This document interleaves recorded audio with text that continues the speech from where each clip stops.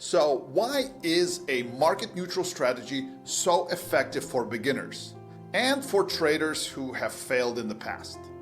One of the main reasons I love market neutral trading is simple, but often ignored. You have no idea what the market will do tomorrow, and neither does anyone else. Before we go further, let's go back to where this idea came from. The very first hedge fund was created in 1949 by Alfred Winslow Jones. He wasn't a market prophet or a genius at predicting direction. In fact, he was very self-aware. He openly admitted he had no ability to predict whether the market would go up or down. But he believed he could identify which companies were well run and which ones were complete garbage. So instead of betting on the market, he did something different. He went long the good companies and short the bad ones at the same time. He didn't invent this strategy to be aggressive. He invented it to be defensive, to neutralize market swings and protect capital from surprises.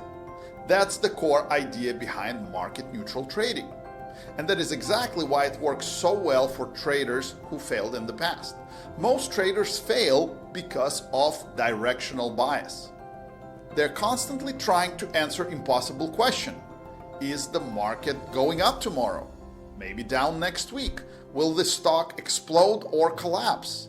With market neutral strategy, none of that matters. You don't care if market rallies or crashes. You're betting on relative performance, one company versus another. Think of it as Coca-Cola versus Pepsi or General Motors versus Ford. The question isn't what will the market do? It is which company will do better than the other. This approach also works extremely well for beginners because it dramatically reduces volatility. You're very unlikely to wake up to a 20% swing in your account overnight. It forces new traders to concentrate on relative value. Is stock A better than stock B? That's the only question that needs to be answered. Here's a simple example. Let's say you buy General Motors and short Ford because you believe General Motors is undervalued relative to Ford. If the market rallies, GM, being undervalued company, should outperform Ford and you should profit.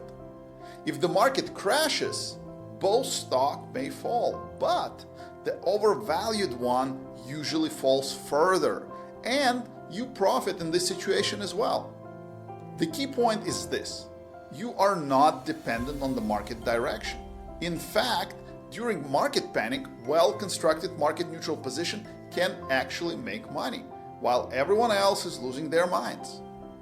Market neutral trading is the core strategy I teach to my students. However, there are plenty of free resources out there if you want to learn the basics.